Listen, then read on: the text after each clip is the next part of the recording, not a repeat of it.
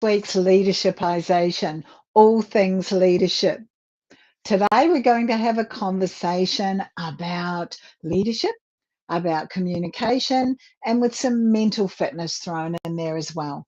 My name is Beth Bergen. I'm a #1 best-selling international author, and I'm also an internationally awarded leadership and communication coach.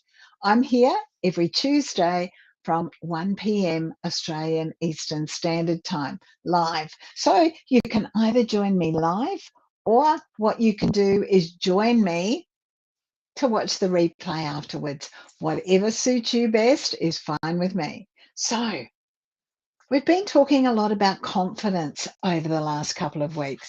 We've talked about how important it is to be confident and how important having that confidence is in the way that you come across to your team. And so we've looked at a number of different aspects. And what I wanted to remind you about was that really our confidence comes down to three key things, or our confidence can be measured by others through three key things. The first one is the words that we use. The second one is the tone of voice, or the way we use our voice. And the third one is our body language. Now, any of these things, if they're a little bit off, they can create the wrong impression. So often my coaching clients say to me, what is it that I need to do? What are some simple things that I can do so I appear to be more confident than I might actually be feeling? Well, the key thing here is your body language, because our body language conveys more than 50% of the message that we're trying to send. More than 50% comes down to our body language. So in order for you to build your confidence, there are some simple tricks that we can start with. These are really simple things, but I know that they will make a huge impact for you if you're prepared to commit to doing them often and deliberately. Okay, let's have a look at what these are. The first one is this. It's what's called a power stance. Now, you might recognize this from a superhero like Superman or Wonder Woman or someone like that. And this is all about standing tall. Standing tall, shoulders back, chest up, chest out. Put your hands on your hips. Make sure that your feet are apart and as wide or about the same width as your shoulders is good. Breathe in, breathe out really deeply. Put that chest out. Now, when we do this, we take up more space. Like if I move forward, just like that, if I move forward so that I'm up and back, immediately I'm taking up more space on your screen.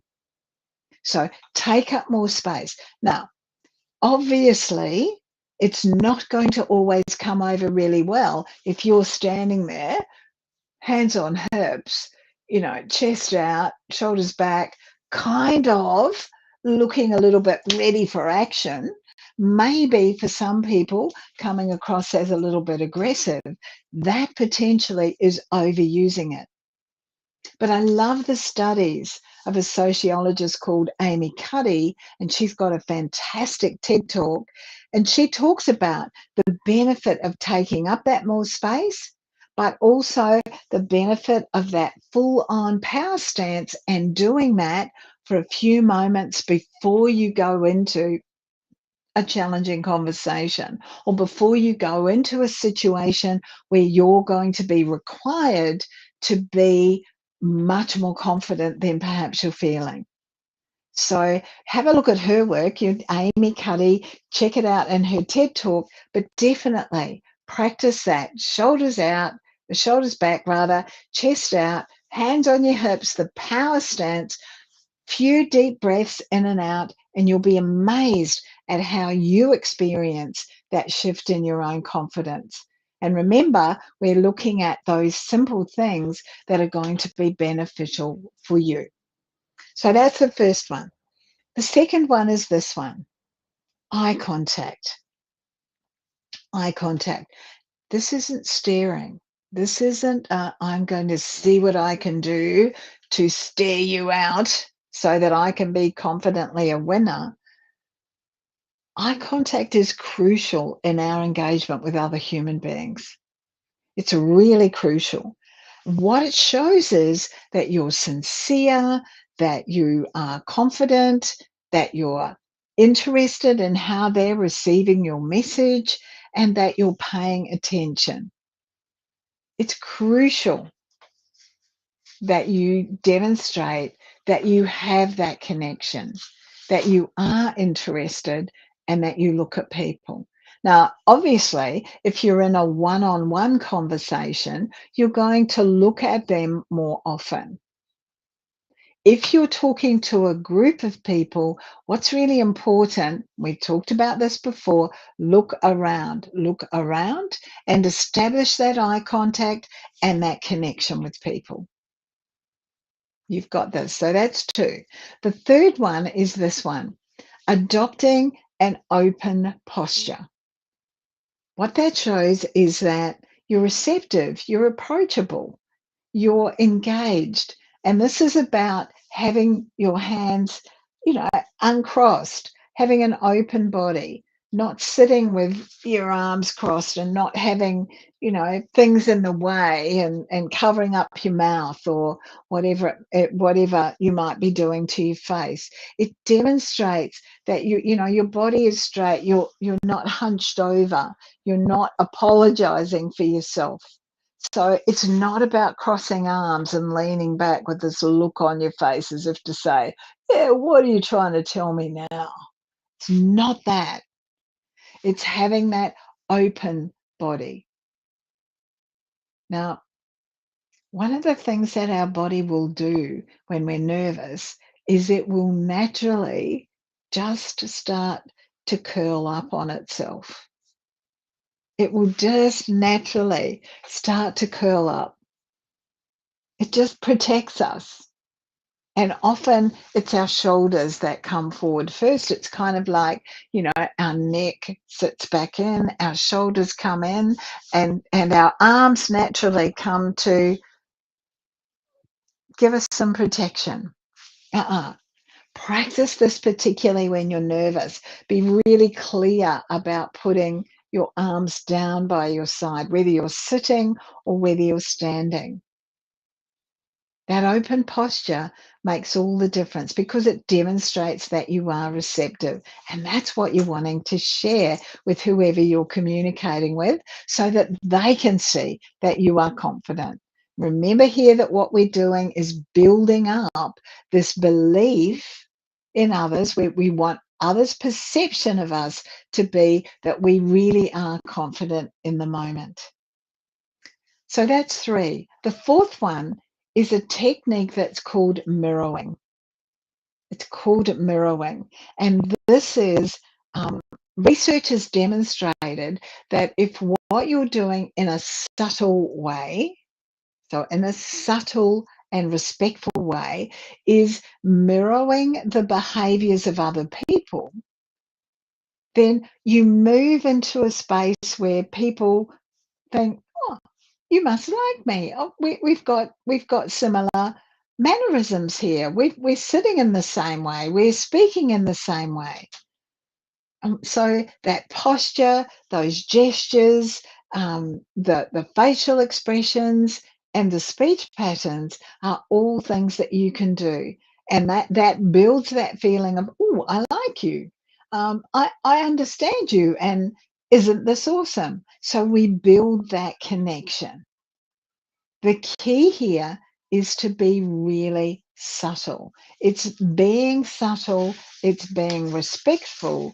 That is absolutely the key, because otherwise you're taking the mickey out of people. Otherwise, you could be, it could be perceived that you are being disrespectful, that you're giving them cheek. So, if someone else is sitting with their arms behind their head, think about doing the same thing yourself. If someone is leaning forward, lean forward to them.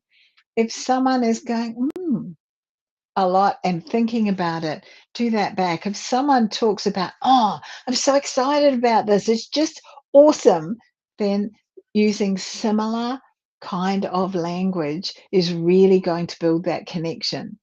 And we want to be around people that are like us.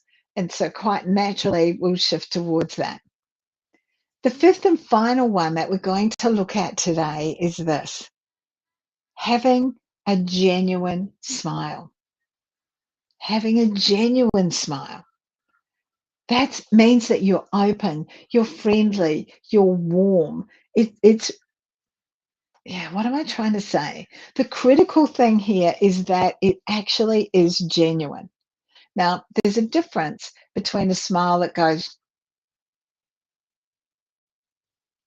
and one that covers your whole face and includes your eyes as well. I hope that you can see the difference between those two. A genuine smile includes not only your mouth, but also your eyes. Now, I don't know about you, but what I find is that people respond to that. And because they're responding to it, your confidence will go up.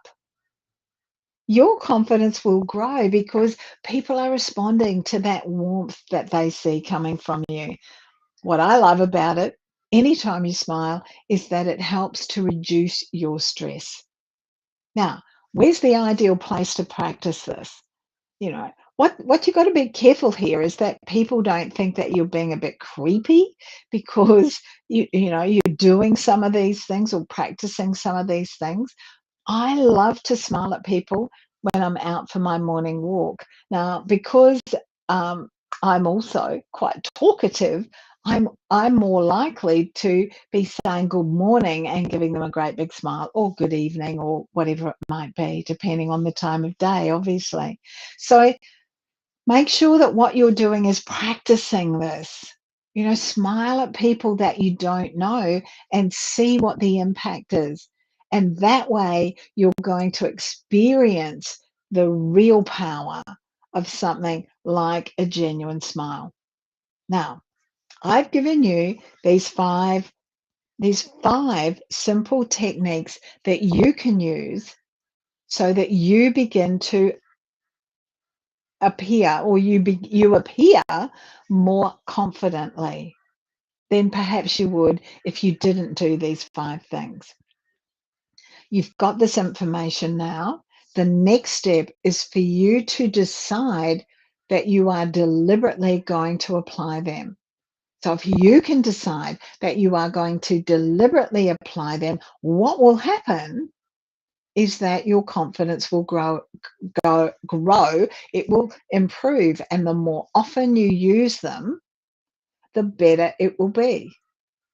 The greater your confidence will be. So the first one, just to recap, the first one is the power stance, standing tall, shoulders back, chest out, hands on hips, legs apart. Breathing in and out and in and out. Okay? The second one is maintaining that eye contact, not staring, but looking at people. The third one is that open posture. That open posture so that your body is open. You're ready to be engaging. You're ready to consider whatever might be coming up. You're open to that engagement. The fourth one is mirroring, respectfully and subtly, the posture, the gestures, the facial expressions, and some of that common language. And finally, that big smile, that big, genuine smile. Demonstrate your confidence by using these 5 techniques. Let me know how you go. I'll be excited to hear about it.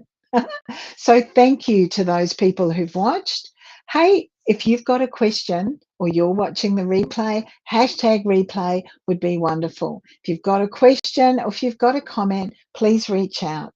I'm happy to share with you much more about the things that I do, the things that I work with my clients on, and how I can help you to overcome things like your imposter syndrome, your lack of confidence about difficult conversations, or your this crazy overwhelm that you've got by developing your leadership intelligence. Reach out. If not, see you here again next week, Tuesday, 1 p.m. Australian Eastern Standard Time.